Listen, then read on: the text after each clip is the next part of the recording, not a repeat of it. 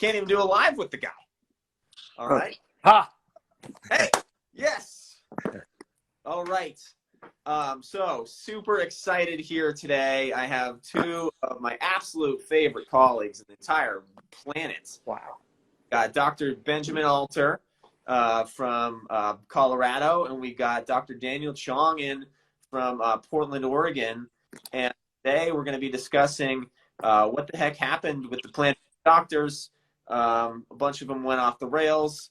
They used to be very anti-pharma, big on, a nutritional approach to chronic disease, and, just call out corruption in big pharma and NIH and the FDA and the CDC and the USDA and all that stuff. And now the tables have turned, and I don't want to speak too much because this was Dr. Chong's idea to do this. So I just kind of have him take it away and oh, come on. His thoughts. You inspired me with your post about all of that, and I just thought I totally agree. We need to talk about that. And then when you said Dr. Ben was going to be on, it was on, because I any chance I get to talk to Dr. Ben, I'm all in. Well, you get double Dr. Ben today, and yeah, when he was like, I was like, well, I've never done a 3-person live. We got to do this. Look at it, we got 30 people on here. Yeah. So yeah, I mean, take it away, guys. I mean, what I guess that resonated with you too, Dr. Ben A. Yeah. Well, one thing that I'd love to bring up and kind of get your guys' feedback on, where this whole Great Reset thing, it seems like it's rolling out, it's happening. And one big part of that is the pushing of like the industrialized, processed, plant-based diet. And I think that kind of like like anti-Great Reset people are like, oh, can't do the plant-based thing because Bill Gates says I should do it. Where, of course, we know what we're talking about here is not the industrialized globalist version of plant-based eating. It's the natural thing, which has been kind of the tried and true way of human nutrition for decades and decades and eons. But wow, in any case, you're going right into it. That's like, I'm not surprised. But yes, I totally see what you're saying. I was going to just say, even before that, just to sort of touch on what Dr. Ben B was talking about. Well, I don't know. I'll talk about that afterwards. But yes, Ben, I'm going to just say Ben B and Ben A to not get confusing. But I couldn't agree more, right. Ben A. Yeah. Over, I've been obsessively posting about COVID for 2 years now, and I've gained a lot of followers, relatively, and many of them I would say fit right into that category that you just described, Ben A. In terms of these people who, like, every once in a while I would see people post about something about plant-based eating and how and just sort of like incorporating that into this whole agenda and like that's going on with the Great Reset, et cetera, and just sort of morphing it all into one and overgeneralizing like you suggested. I totally see that too. And I will say that I've had this sort of almost like just getting nervous at the fact that eventually I'm gonna have to start talking about this with people. And it's not going to be easy to like, nuance it out with people and say, hold on, it's not all plant-based eating is all bad and all part of Bill Gates's mission and all of that type of thing, because clearly it's not. But yeah, we can get into that. Yeah, we can definitely hit on that topic, because it seems like, this corporate agenda takes things that are supposed to be a good thing and essentially like weaponizes them against the populace at large. So you take plant-based eating, which is supposed to be eating plants, eating things that grow out of the ground, and then they turn it into, well, let's make these like bizarre GMO processed things and then kind of sneak that in the Trojan horse of like this overall good thing. It's like they co-opt these things like climate change, which now it's like, okay, you know, it's happening, but it's obviously being used as a tool for, you know, these large interests to you know, impose ridiculous regulations upon people that like don't even fix the problem. Because, you know, if we had wanted, if we really cared about climate change, it wouldn't be accomplished by like locking everybody in their houses and not making them drive. We know that like if they just ate more plants and not, you know, processed Bill Gates burgers, like it would be a much more elegant solution. Yeah. So Yes. I'm Yeah, just, it's like you're setting the stage for what's going to be a very complicated, um, again, nuance is the word that pops into my head, that people like us and everybody else that's in this unusual place of like, it's a very small group of people that are like proponents of plant-based eating, but also aware of all the corruption and everything that's been going on and calling it out. And it's kind of like going to be up to those types of people to help sort of splice out this complicated situation of like, no, we do want to eat more plants, but we're not promoting Bill Gates's way of going about that. Or, you know, I don't want to just harp on his name, but, you know, that whole, because again, a lot of these people just have this knee jerk, like, screw all that perspective. And that's not going to help us in the long run. yeah, and you know, sometimes it's like when these things have to become a financial interest, then they get subverted. So Yeah. like, you know, mangoes are really good for you. I've tried making money selling mangoes, like buying wholesale and then selling to people. It's very, very difficult way to make a dollar. Because I think you're hitting the nail on the head, Benny B. You know, the fact is that there's two things happening. One of which is a total war on nature. You know, taking natural things and synthesizing them and recreating it, branding it, and then that is of course funded by greed and this need to. Um, you know, I thought it was just greed, like financially, need to create profits and make money, but it's also greed for power, you know, that power hunger, which I think is obviously like so much more evasive and dangerous than just the innocence of greed for money. Um, you know, it's like that's just so innocent. Oh, we just want more money. No, they want power and control. Yeah. yeah, there's this weird thing of like they think they know better than everybody else. It's like they think because they have the science that basically whatever idea they come up with, and because they have a certain amount of education and credentials, that it's better than anybody else's idea.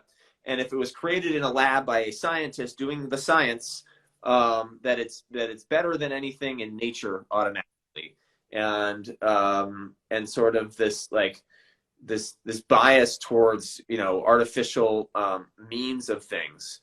It's a very long discussion, but yeah, I do see it as like this power struggle and this like this need to control, and this idea that like, oh, I'm rich and powerful and prestigious, and so therefore I know better than these peons. Like I know that, you know, there's heart disease and cancer and, you know, autoimmune disease out there, but these, you know, natural doctors who just, you know, make people eat fruits and vegetables, like they don't know anything. We have to spend billions of dollars to develop a drug to fix these problems. It can't just be changed by eating your diet. That's barbaric and pseudo intellectual, and you know, a kindergartner learned about fruits and vegetables like in the first week of school, so it can't be the answer. uh, it's this weird thing where it's like the simple, elegant solution can't be the right one. We have to have a complicated, expensive, lucrative, and like, you know, almost like a Rube Goldberg machine to like get to the right answer. Well, yeah. And also like, it's really, you know, to me, that's by design, you know, because that will lead to making lots of money. Whereas so it's not even a question of whether or not the simple answer, the natural answer would work. It's we can't use that because that won't make any money. So that's off the table. You know, it's not even an option. And I also find I just heard Charles Eisenstein speaking a couple weeks ago, and I don't know if you know him, Ben B. I know Ben A does. Got to look him up. Go look up, for anybody watching, Charles Eisenstein. He has a website. I think it's charleseisenstein.org. But he wrote an essay called Beyond Industrial Medicine that I couldn't recommend more.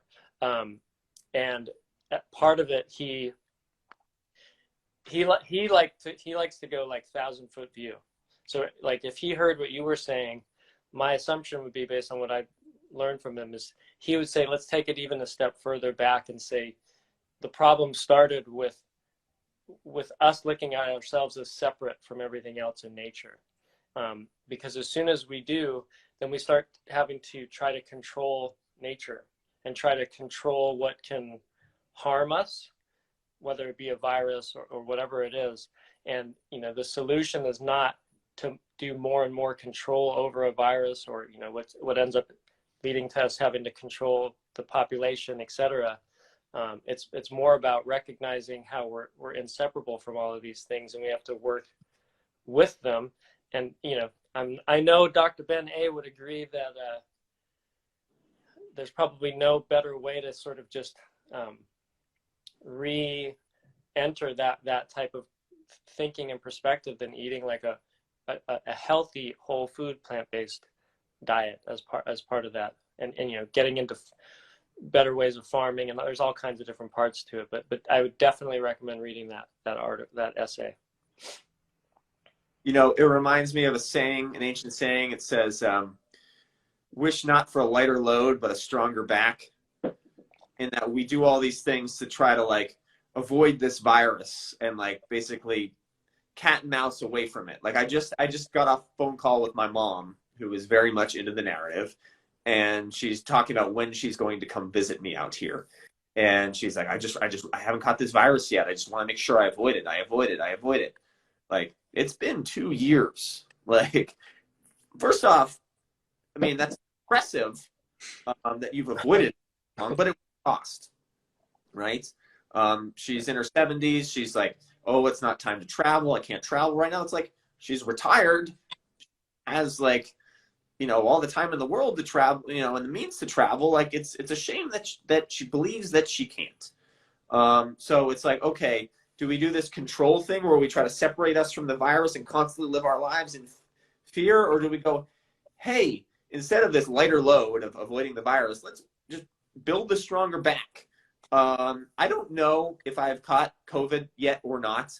I believe I must have acquired natural immunity along the way, because I've taken care of some friends who are like extremely sick and spent hours with them while they were very symptomatic and not caught it. And there was never any fear. And I think Dr. Ben and I have talked about this. Like, we would do the Pepsi challenge of showing up at the hospital and licking the doorknobs and being like, you get me, you know, like, we know that our immune system works because we take the actions that create health, that create immunity.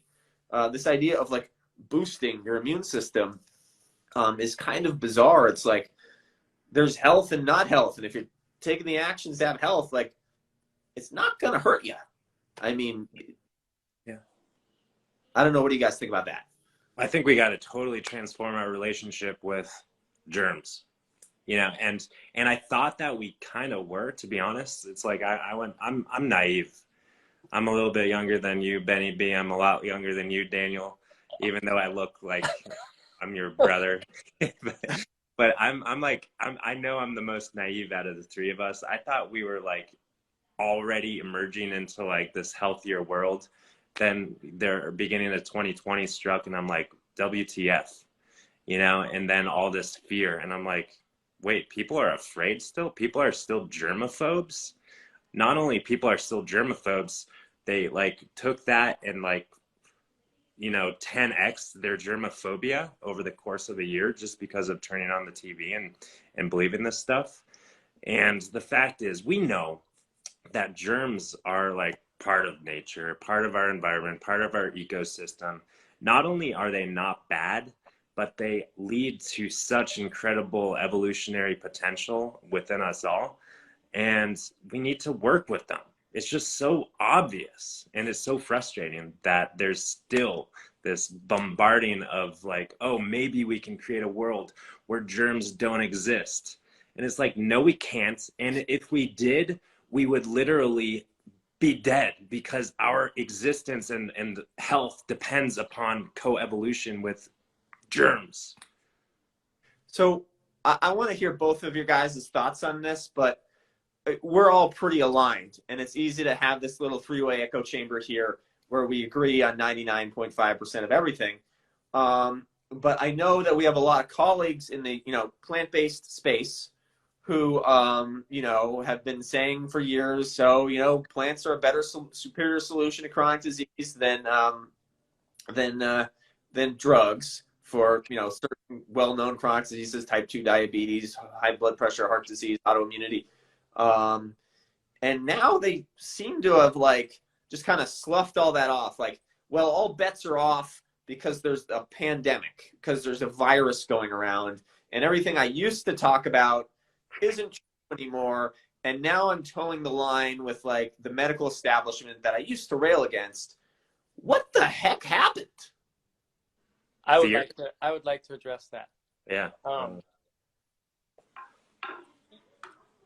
Early on, very early on, I started getting weird, of the pandemic. I started getting weird hits on things like that doesn't sound right, whether it be about the testing or, stuff that we don't need to talk about right now. But I really feel, as I think back on it, I really feel that one of the reasons why I kind of instantly started having my BS meter go off is because I learned that BS meter, or I sort of developed that BS meter by learning about plant-based diets and learning about, especially studying cardiovascular disease.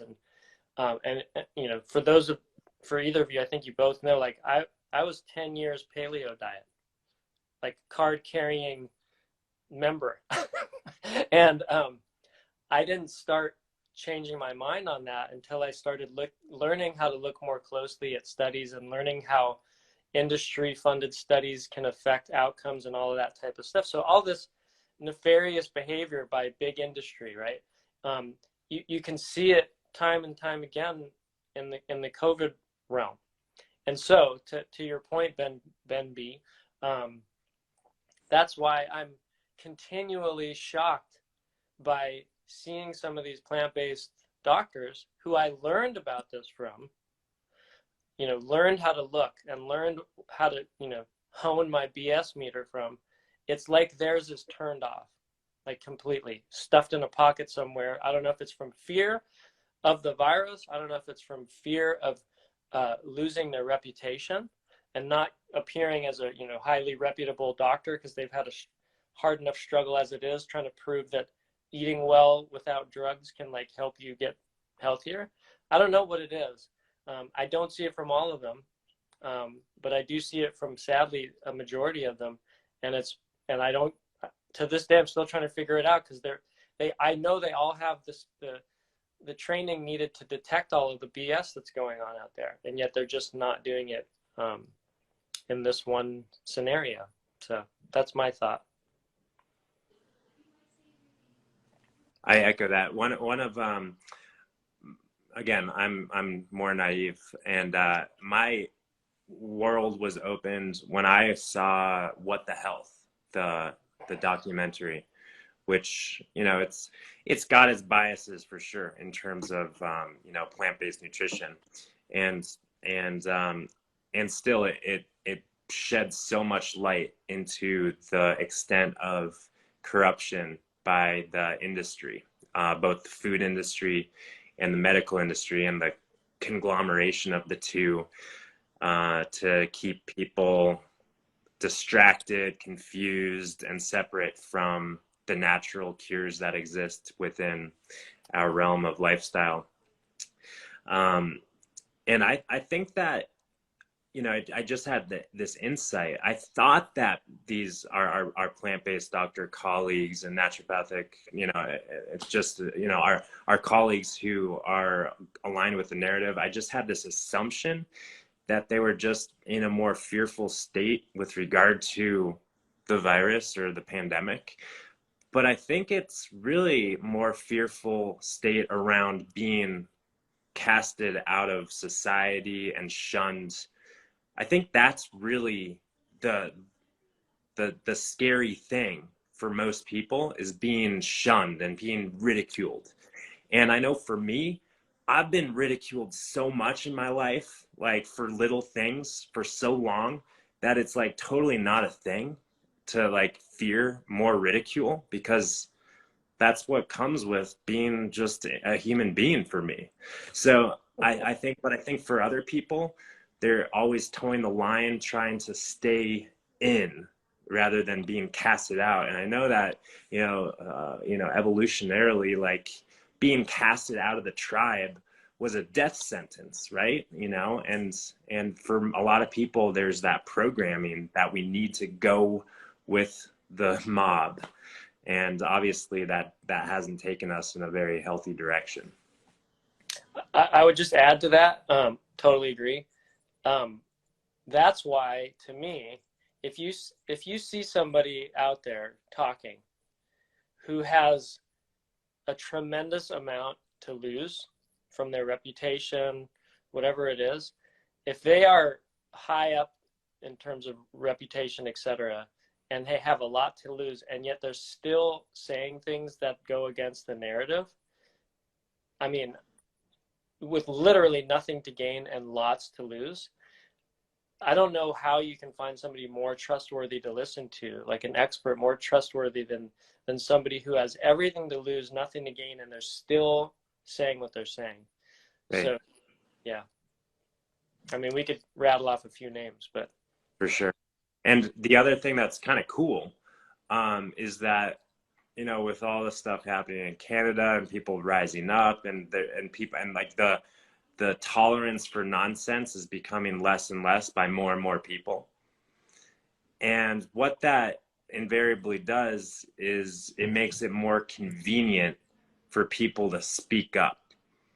So it's like the threshold of courage is lower, and there's more, so therefore there's more courageous people speaking up, which, for better or worse, like it is what it is. That's a good thing, Very, very well stated. I mean, the threshold for courage, that's a perfect way to put it. Like, and you're seeing that absolutely. I mean, I've posted about that a couple of times in the last few days, where I keep seeing these people show up on whatever, Twitter, etc., that are like, yeah, now we're going to really try to support our choice and free choice and all this stuff. They've been like fear mongering for 2 years, and now they find it safer. And even some of these people like Bill Maher, who I don't align with on everything, but I appreciate his insight sometimes. He's speaking up more than he used to. And so you have these like big name people who have lots to lose, who are kind of probably have been thinking this way all along. You're seeing them kind of go, oh, it looks safe around here to start talking a little bit more. Okay, I'm gonna jump on that like bandwagon now, so I can start appearing like I've been talking to like this all along, and you're kind of like, no, I saw you before. Yeah. I know what you were saying. So yeah, that threshold for bravery is a good way to put it. Even that communist like CNN doctor, oh, it's like, what the hell? She's like, oh, I think it's about time we give people the right to choose. It's like, what? Like perfect. Leanna Wen, is it? Leanna Wen? Yeah. I guess that's perfect example. She has said some of the scariest things I've heard all pandemic long, and now she's trying to play that. Yeah, it's so obvious, but anyways. Yeah, I mean, I think that's you guys bring up an important point. I mean, like, from the beginning, pretty much, I smelled a rat, and was I a little scared to call it out in the beginning? Yeah, but I felt like too much was on the line. Did I lose a lot of friendships? Did I have a lot of people who were mad at me? Sure. Did I lose some business? Yeah. Have I gained more than that back? Yeah. but I've had a lot of people, especially in the local community where I live, who come up and thank me all the time and say, like, you know, if it hadn't been for you speaking out, like, I wouldn't be speaking out. Or they like, two people that both know me meet, and then they're having the discussion, and one of them says, well, I'm pretty much aligned with what Dr. Ben says. And the other one says, oh yeah, me too. And then it's like safe for them. Like, each other out kind of conversation, like, do I put this on? What's going on? So, you know, we really, by speaking out, we enable others to speak out. You know, I think Marianne Williamson said, by like shining, we enable others to shine. And Stephen Covey said that by like, what was it? The eighth habit was like living your best life, and then inspiring others to do the same just by living your best life. Yeah. So I see that happening, and I'm like, wow, I'm so glad I spoke up. I mean, it's really brought nothing but blessings on my life. I just don't know how I would live with myself if I went along with this.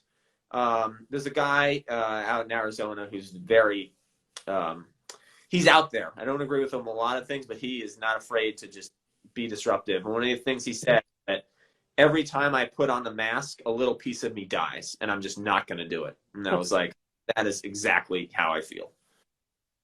Yeah. Yeah. And I think it's so helpful to know. And I had this insight really early on that me not complying in that way, it's like I'll comply with things that I feel aligned with, but me selling my soul in that way and kind of giving up a piece of me dying or whatever that person says, that serves nobody. It doesn't serve me, doesn't serve the world. So my non-compliance and my standing strong in that field not only does a lot for me, which is good, but it also creates that, like, you know, space for others to have their freedom. And so I, you know, for maybe the first few weeks of you know, all the mask wearing and stuff, it was like, oh gosh, this is hard. But then I realized really early on that I'm not doing anything wrong by not wearing a mask in public spaces. You know, I'm not shedding stuff that's very, you know, it's very clear, like all this stuff, like, so people's fear is theirs. Masks are the new cigarettes. And I'll speak from a place of like, I'm gonna say Ben B. I can't imagine what it would be like to be in Arizona right now.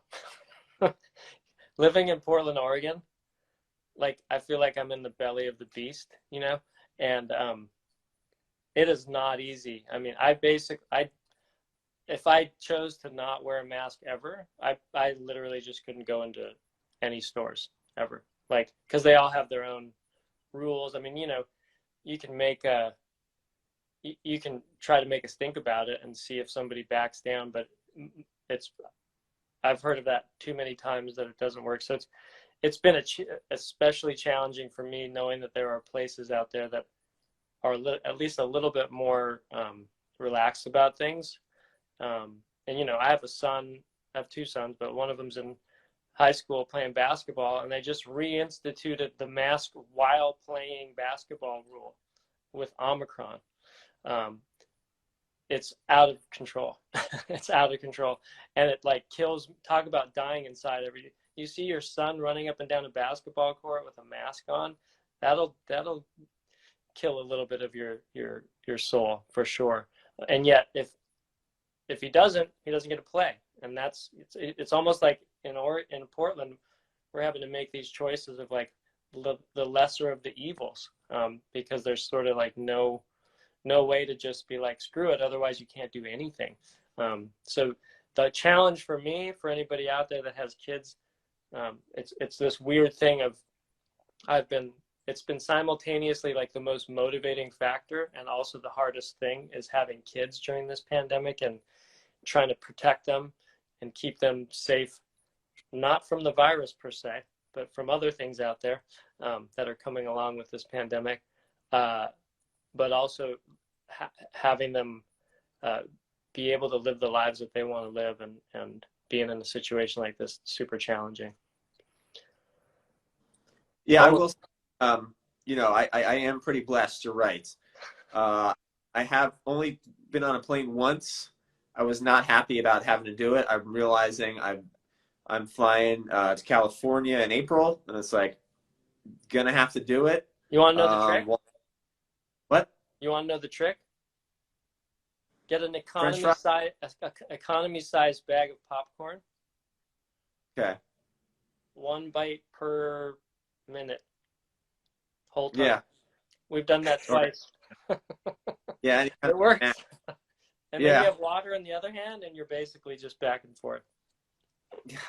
I mean, the science is pretty remarkable that stuff, you know, just how eating stops the virus and sitting. Right? And, It's amazing. I mean, I don't think I ever learned about that in chiropractic school. Well, I was wondering, like, do you think, I don't know if they've done the study, but small people, are they midgets or small? Are they less vulnerable because they're always down low? I think it has to do with the hip flexors and being activated somehow is like immune boosting. So as long like I'm in a sitting position right now, Oh, I'm just verbal. So, but just by short, if you're not actually like bending at the hips, I don't think it does anything. Isn't that the study that led to all the decisions about restaurants? Like how it's totally safe to sit down but not to stand up? I think that's the study, right? yeah, I'm for sorry. sure. But bringing it back to plants, I'm curious what you guys' experience is. I feel like I've seen more so recently. Maybe it's just my awareness, but this whole narrative about like plant-based eating, and you know, and this is the other thing. Like a lot of people equate a plant-based diet to like a soy-based diet, like lots of processed soy, which I don't eat soy, but it's, you know, soy has its health benefits. We can, you know, talk about that. But in any case, like this feminization of society from eating plants, like where has that come from? Who's pumping that narrative? Like when you eat plants, you actually become more feminine and more, you know, you lose your testosterone, you lose your masculinity from eating plants. What's the scientific study behind that? Haven't Well, seen. I think what's going on is that there's this constant conflation happening on both sides on all the different sides of all these narratives, right? So it's like, okay, well, you know, the Dr. Ben and Dr. Ben and Dr. Chong, like, you know, don't believe like in the science about vaccines, and therefore they must also be Trump supporters, misogynist, racist, and believe that the earth is flat, right? It's just like dogpiling these other set of ideologies like on top of each other, right? That people have to fit in these weird boxes of like these two extremes that aren't supposed to get along with each other. So it's like, is there an attack on masculinity in our society? I think so. I think that like you know, like men have their own set of problems that are very different from women. They're very real, right? And so when we see that going on, we want to say, oh, well, part of that is this whole like soy vegan thing that they want us to grow man boobs by drinking soy milk and thinking that, you know, that this like eating animals, paying someone else to kill an animal for you makes you a and so things just kind of get lumped in together and like misguidedly so, and then it becomes hard to like separate these things out, right? Especially with like plant-based, because it's like, well, I don't want to eat Bill Gates burgers, and but it's like, hey, we're plant-based doctors. We don't eat Bill Gates burgers. Like we eat things that grow out of the ground and off of a tree. Those are plants, not plants that are processed inside of a plant. That's not really a plant. Even double plant. We're talking OG plants, right? So a lot of these ideas, they get conflated. There's straw mans, and there's just like the nuance can be so dead. I mean, it's like, oh, I found a way to stuff you into this bucket of things that I don't like, and now I don't have to listen to you, and now I don't have to consider your ideas in my head, because that would be intellectual heavy lifting, and I haven't the time for that. There's some QAnon videos to watch, or there's some CNN videos to watch, and I can't be bothered with this critical thinking. So let me lump you into a category where I won't have to consider your ideas. That's my take on it. That was kind of rambling, but I don't know. I think Daniel is spinning in a circle, so he might be. so jump on. What do you think, Ben A? Well, I think that, oh, there he went. You know, the Instagram gods got their best with him. Got to off at some point. I don't want to keep you. So Yeah. if you guys get out, I've got about 5 minutes, but yeah, but yeah, you're in charge here. But I would respond to that. I think that people are just lazy. I think people are just lazy, and they don't have like the time, the energy, the mental bandwidth to consider taking all of these like nuanced ideas and separating them and investing a little bit and understanding them individually. So they just put it all, like you were saying, in this kind of box. And I think that media, the corporate media, certainly helps with that by just boxing up people and just shoving it. You know, it's like that's that group of people. So, you know, I think that, but I think that there's a laziness in society where people like to just have that simplicity of just labeling a group of people and shoving them to the margin. So yeah, I agree, and it's too bad. yeah, I think. I'll take a different angle at that, and also say, you know, I think it's an inherent, you know, part of human nature when you feel threatened and fearful, to separate out who's safe and who's not, right? So as long as I know that you're dangerous, then like I can protect myself from you. So I think there's been this strong tendency, especially lately, more than ever, to create separation from, you know, separate or segregate people into different groups. And so that's why it seems like the average person who's not, for whatever reason, thinking too much about it will just lump the people like supporting the Bill Gates version of a plant-based diet with anybody that supports a plant-based diet, when it couldn't be further from the truth. And actually eating a whole food plant-based diet is the biggest, one of the more powerful ways to fight a lot of the corruption that's in this world.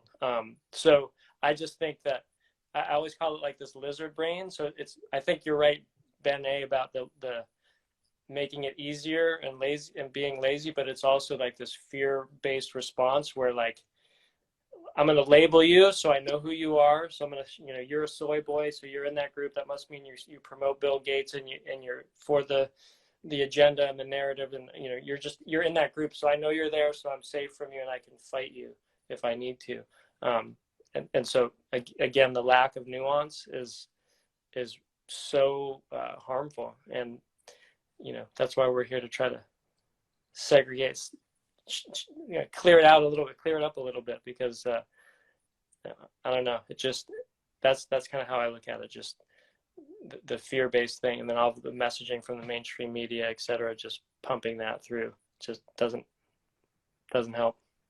And I think part of the problem is that everybody, you know, Tony Robbins talks about the 6 human needs, and one of them is certainty.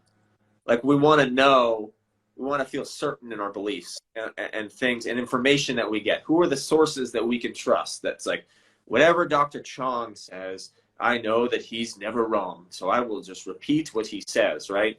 And that's what the mainstream media, the CDC, the FDA, HHS give to people. It's like, oh, here, the WHO, oh, they're the authority. They say this, so I can trust them, you know? And the rude awakening is that you constantly have to be like doing your own research and never taking anybody's work. Don't take my, I'll be things for sure. You know, like no one's ever right. No one's infallible. And a healthy dose of skepticism is super duper important. And like you have to educate yourself and you have to like learn these things. And you can't take anyone's opinion at face value. And then of course you have to be able to like respectfully disagree as well, because if like you're constantly just picking arguments over like, you know, like all of us probably agree on 90.5% of things. Have a show where we just like mudsling each other about the other 0.5%. Like it seems a Yeah, little, that would be like The View. yeah. We could make our version of The View. Oh my God. No, all joking aside, I'm curious. Just I gotta bounce. I'd love to like. You're the host, Dr. Benny B, but I'm curious about your guys' perspective on just action steps that collectively we take in our lives to, you know, to squash corruption. Like what are you guys doing to just put an end to the corruption beast in your day-to-day life? Well, I'll say that I think one of the ways I see it is that you can't fix the system from within the system. We see a lot of our plant-based colleagues that are going along with everything are ones that work for hospitals. They work for large medical organizations. Their paycheck comes from basically them doing the bidding of the system. You're not going to change the system from the inside. It's going to swallow you up, just like all the hippies in the 60s went into Wall Street in the 80s. Got chewed up and spit out by it. So we have to create our own, okay? There's a concept called counter economics, all right? Which none of the existing systems are going to be changed from within. We have to exit, and we have to find ways of you know, doing business with each other and working with each other and living in community with each other that don't involve the system. And I think one of the big things is something called a PMA. It's a private membership association.